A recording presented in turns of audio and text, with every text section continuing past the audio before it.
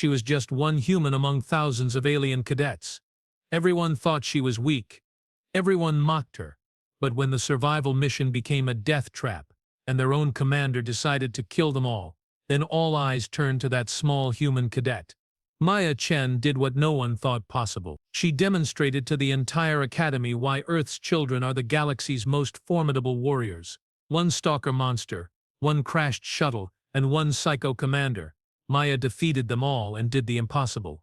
This is a story of courage, revenge, and a human who silenced everyone. Keep watching HFY Horizon. The Kralix Battle Academy floated above the crimson storms of Vexor Prime, a fortress of steel and dominance where the galaxy's elite warriors trained. Commander Zalth'ra, a towering Dravine with obsidian scales and 4 arms, stood before her newest cohort of cadets. Her yellow eyes swept across the assembled recruits with predatory focus. "Weakness has no home here," she announced, her voice carrying like a thunderclap through the massive training hall. "You will break, or you will become something greater. There is no third option." Among the 200 cadets stood Maya Chen, the only human in a sea of alien physiology. At 5'6", she barely reached the chest plates of the Krover warriors beside her. Their crystalline exoskeletons glinted under harsh fluorescent lights. The insectoid Voryx clicked their mandibles in what passed for laughter. Even the liquid form Aquarians seemed to bubble with amusement at her presence. "Look at the soft skin," hissed Karvoth, a Krovar with particularly jagged armor plating. Does someone bring their pet? His companion, a hulking Dravine named Torax, bared 3 rows of serrated teeth. "Humans break so easily. I heard their bones snap like dry twigs." Maya kept her expression neutral, though her jaw tightened imperceptibly. She had heard variations of this garbage for 3 months since arriving at the academy. The insults ranged from creative to pathetically unimaginative. "Silence," Zalth'ra commanded, and the hall fell into immediate quiet. "Today begins your survival trial. You will enter the Crimson Wastes below. You will retrieve a beacon from the center of the storm fields. You will return alive, teams of 5, choose now." The cadets immediately began forming groups. Maya watched as Krovar clustered with Krovar, Dravine with Dravine. The Veryx formed their own hive-minded squad. Within seconds, everyone had partnered up except her. Well, Karvoth approached with his squad of 4. "Looks like the human cub needs a pack to survive. Or we could leave it behind," Torax suggested. "Natural selection and all that." Maya smiled sweetly. "I appreciate your concern, gentlemen, but I work better alone anyway." Zalth'ra's head snapped toward her. "There are no solo missions, Cadet Chen. The wastes require teamwork." "Then I'll take the 0, Maya replied calmly. "Better than slowing down a team that clearly doesn't want me." A ripple of shock passed through the assembled cadets. No one challenged Zalth'ra. No one volunteered for failure. The commander's eyes narrowed. "Your arrogance will be your undoing, human. But very well. You will go alone. When you fail, perhaps the others will learn from your mistake." 30 minutes later, Maya stood at the drop point, checking her environmental suit. The other teams had already deployed, their shuttles disappearing into the rust-colored tempest below. The Crimson Wastes earned their name from the iron oxide particles that turned the atmosphere into a grinding, abrasive nightmare. Visibility would be near 0. Communication would be impossible due to electromagnetic interference. Navigation required old-fashioned dead reckoning. "Any last words before your inevitable rescue?" Karvoth called from his team's shuttle. Maya pulled on her helmet. "Yeah. Try not to cry when I beat your time." She jumped before he could respond, plummeting into the maelstrom. The wastes hit her like a physical wall. Her suit's shields flared as particulate matter hammered against her. The HUD inside her helmet immediately scrambled, then rebooted into auxiliary mode. She had maybe 40 fortunality. Good enough. Maya deployed her glider wings and caught a thermal updraft, riding it deeper into the storm. The beacon signals were deliberately scattered to prevent easy acquisition. She would need to locate 3 relay points to triangulate the final position. 2 hours in, she found the first relay. It sat perched on a crystalline outcropping that jutted from a floating rock formation. As she landed, her motion sensors pinged. Something big moved in the crimson haze. A Wastes Stalker emerged from the storm, 8 legs of chitinous death, each tipped with blades that could pierce starship hulls. Its eyeless head swiveled toward her, sensing vibrations and heat signatures. Of course, Maya muttered, drawing her plasma cutter. The tool was meant for emergency evacuations, not combat, but she had modified it extensively during her sleepless nights in the dorms. The stalker lunged. Maya rolled under its strike, feeling the air pressure change as its leg blade passed millimeters from her helmet. She came up firing, the plasma cutter sending a focused beam into the joint of its front leg. The creature shrieked, a sound like tearing metal, and pivoted faster than something that size should move. Maya had studied the stalkers in the Academy archives. Everyone else focused on their strength and speed. She had noticed something different. Their blood chemistry included a high concentration of potassium, highly reactive potassium. She fired again, this time targeting the wound she had already created. The plasma superheated the leaking fluids, and the resulting explosion severed the leg entirely. The stalker staggered, ether spraying in pulsing gouts. Biochemistry beats brute force every time, Maya said, moving in for a finishing strike, except the stalker had a partner. The second creature hit her from behind, sending her sprawling across the rocks. Her helmet cracked, warning lights flooding her vision. The suit's integrity was compromised. She had maybe 10 minutes before the abrasive storm shredded her lung. Both stalkers closed in, sensing weakness. Maya's mind raced. She grabbed the relay device and yanked it free from its mounting. The device contained a compact fusion cell, stable under normal circumstances, extremely unstable if damaged. She threw the relay between the advancing creatures and shot it mid-flight. The explosion vaporized both stalkers and nearly knocked Maya off the outcropping. She clung to the rocks, ears ringing, and watched chunks of carapace rain down through the crimson fog. That worked better than expected, she gasped, then started running. 10 minutes to find shelter and patch her suit. The clock was ticking. She found a cave system in a canyon wall and sealed herself inside with emergency foam. Her patch kit was basic, but she managed to stabilize the helmet's integrity. The heads-up display flickered back to partial operation. Outside, through the cave entrance, she saw lights approaching through the storm. A shuttle, moving erratically, is clearly damaged. It crashed into the canyon floor with a grinding impact. Maya's instincts warred with her pragmatism. Whoever was in that shuttle was probably dead. Going out there would waste time and risk her mission, but something nagged at her. She pulled up the shuttle's identifying markers through her suit's scanner. It was Karvoth's team. "Damn it," she whispered and headed out into the storm. The shuttle's hull had breached. Inside, she found Karvoth trapped under collapsed bulkhead plating, his crystalline armor shattered in 3 places. Torax lay unconscious, bleeding from a head wound. The other 3 team members were dead. Karvoth's eyes focused on her with disbelief. "You! Why are you here?" "Shutting you up so I can concentrate," Maya snapped, assessing the situation. The bulkhead pinning him weighed at least 800 pounds. She couldn't lift it, but she could lever it. She used debris from the crash to construct a makeshift fulcrum, then employed a support beam as a lever. Physics did the rest. The bulkhead shifted enough for Karvoth to drag himself free. "You saved me," he said, clearly struggling with the concept. "Don't get emotional," Maya replied. "Can you walk?" He tested his legs. "Barely. Torax needs medical attention." "Then let's move." I passed a mining station about 2 clicks back. "It should have supplies." "You're still trying to complete the mission?" Karvoth asked incredulously. Maya smiled grimly. "Multitasking is a human specialty." They made slow progress through the wastes, Maya supporting Torax while Karvoth limped behind.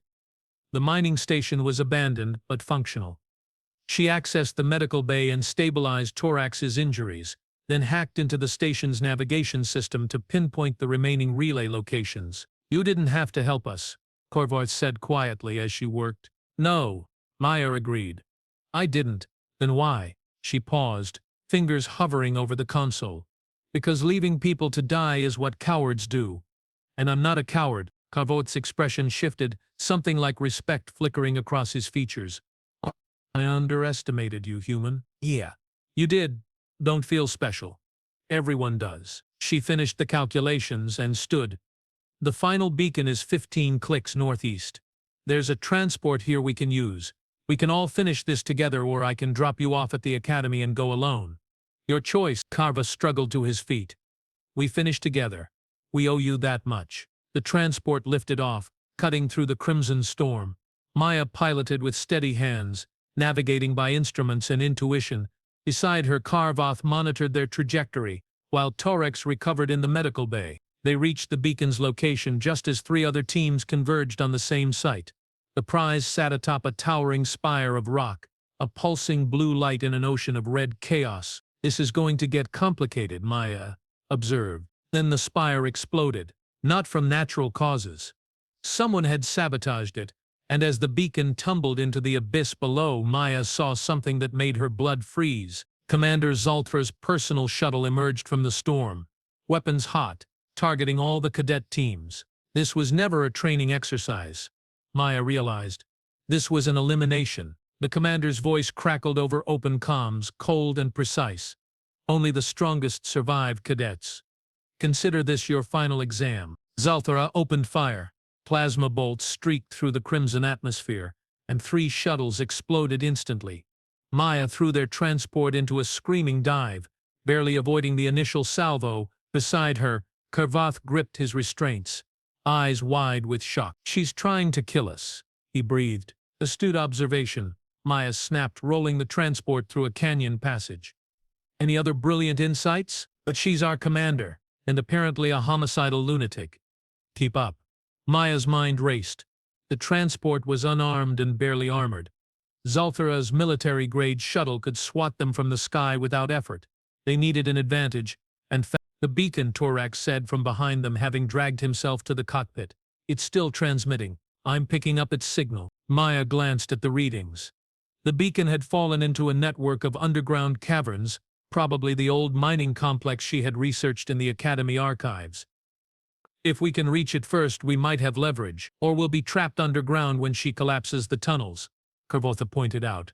"You're welcome to bail out any time." He met her gaze. "I think I'll stick with the human. You seem to have a knack for surviving impossible situations." Maya brought the transport down hard, skidding across a landing platform outside the cavern entrance.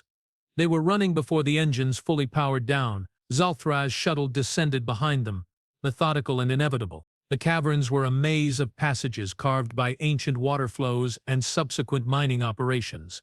Maya's suit sensors mapped their route as they descended, following the beacon's signal deeper underground. Behind them they heard the distinctive hum of powered armor. Zalth'ra was coming, and she wasn't alone. "Contact," Karvoth warned, his enhanced hearing picking up movement ahead. They rounded a corner and found themselves facing the remaining cadet survivors. 15 others had made it to the caverns, battered and terrified. A Varix named Shrixtal clicked forward, mandibles quivering. "The commander has gone insane," she chittered. "She's hunting us like animals." "Not insane," Maya corrected. "Strategic. Someone doesn't want this class to graduate. The question is why." A Dravine cadet, younger than the others, stepped forward. "I may know. 2 months ago, I overheard Zalth'ra arguing with the Academy directors, something about budget cuts and class size reductions. She was furious, so she decided to solve the problem permanently."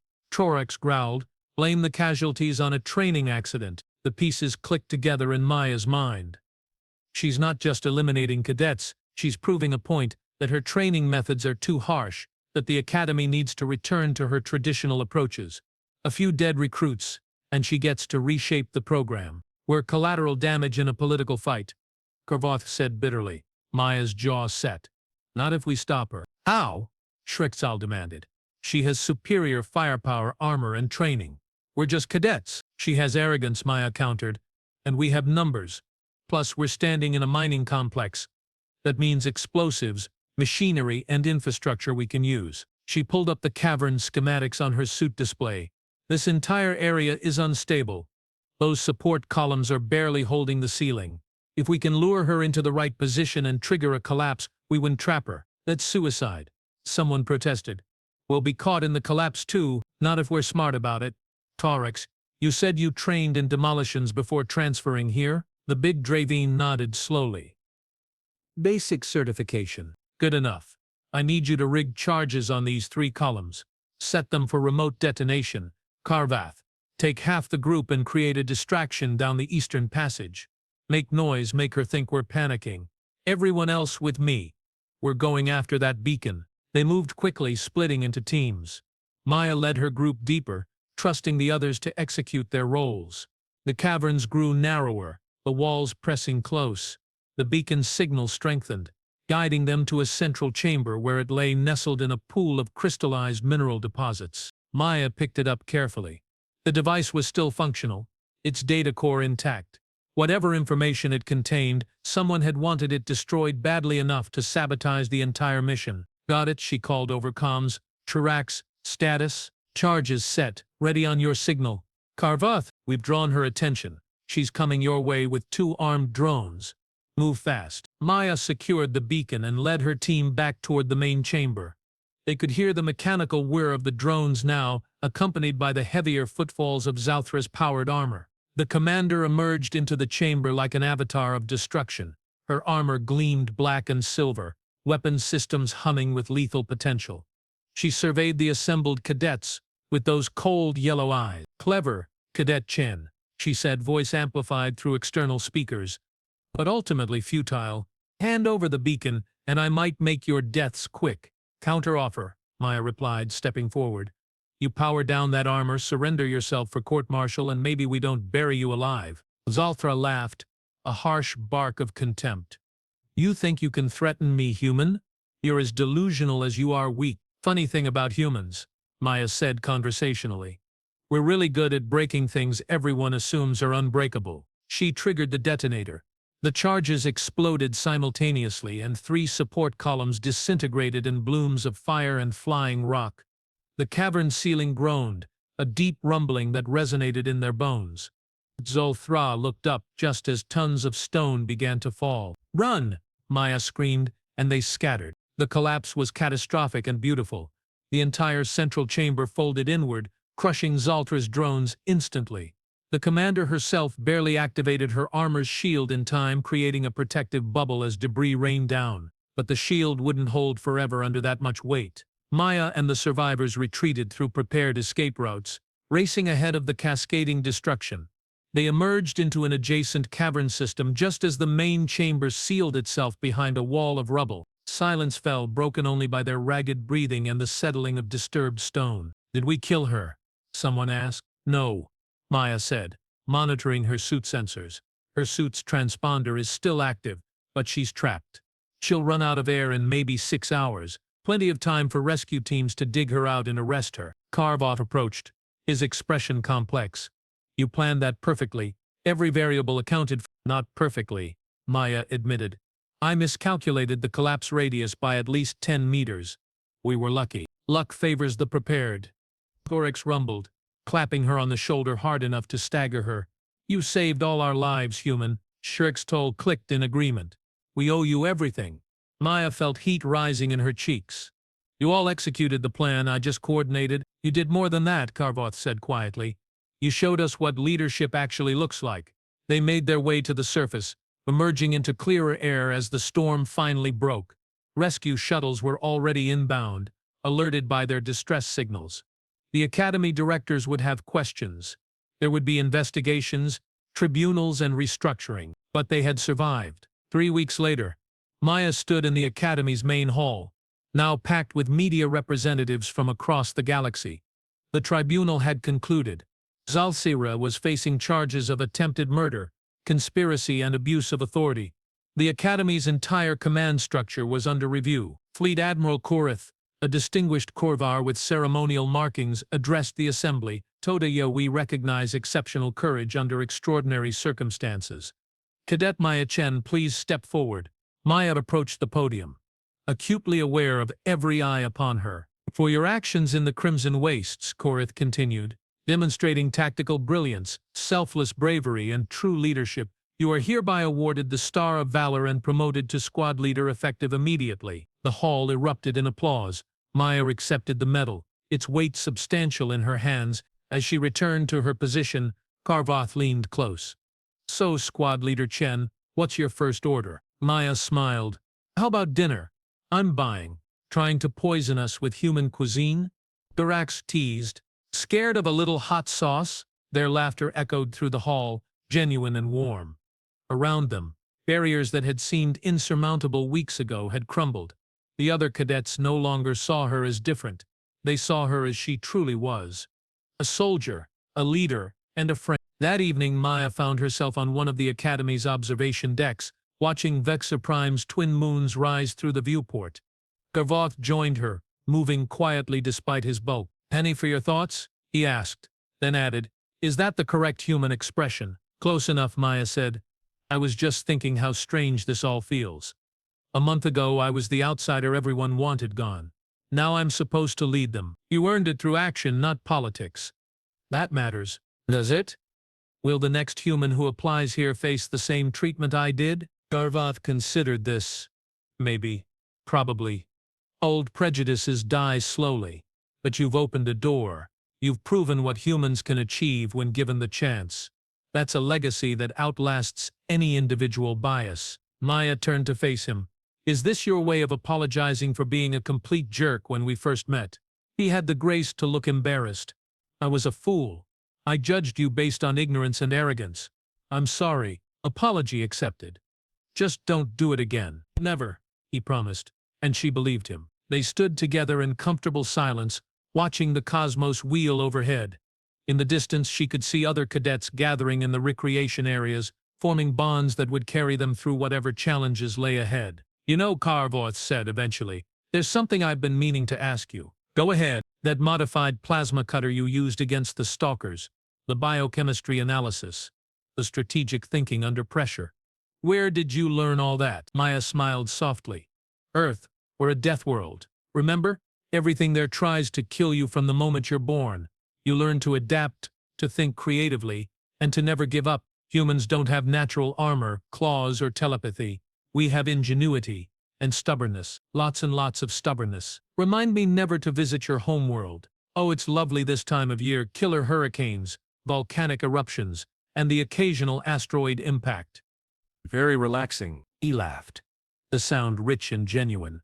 "You're insane, probably, but I'm your squad leader now, so you're stuck with me. I can think of worse fates."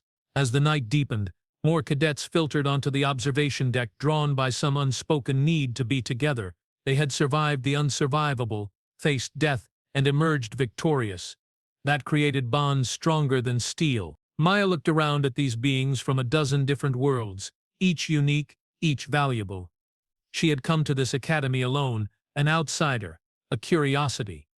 She was leaving it with a family forged in fire, and somewhere in the depths of her heart she felt a fierce pride, not just in herself, but in all of them. They had chosen to stand together when it mattered most. They had rejected the poisonous legacy of their corrupted commander and built something better. Tomorrow would bring new challenges, more training, harder tests, and the long road toward becoming the warriors the galaxy needed. But tonight they could simply exist together, survivors and friends, watching the stars wheel through the endless dark. "Hey, Maya," Torax called from across the deck. "Tell us a story about Earth." "Something terrifying," she grinned. "How much time do you have?" As her voice rose above the gathered crowd, weaving tales of a blue planet where apex predators hunted in organized packs, where microscopic organisms could fell giants, where the very atmosphere was toxic to most galactic species, the cadets listened in fascinated horror. And Maya Chen, the human who had been mocked as weak, who had been dismissed as prey, who had proven herself stronger than any of them imagined, felt truly at home for the first time since leaving Earth. The galaxy was vast and strange, filled with wonders and terrors, but tonight on this observation deck, surrounded by friends who had become family, she understood a fundamental truth. Humanity belonged among the stars. Not despite their differences, but because of them. Adaptability, creativity, and sheer stubborn determination were the qualities that mattered most when facing the unknown. The mocking had stopped. The silence had fallen, and in that silence, a new respect had been born. One that would echo across the galaxy for generations to come.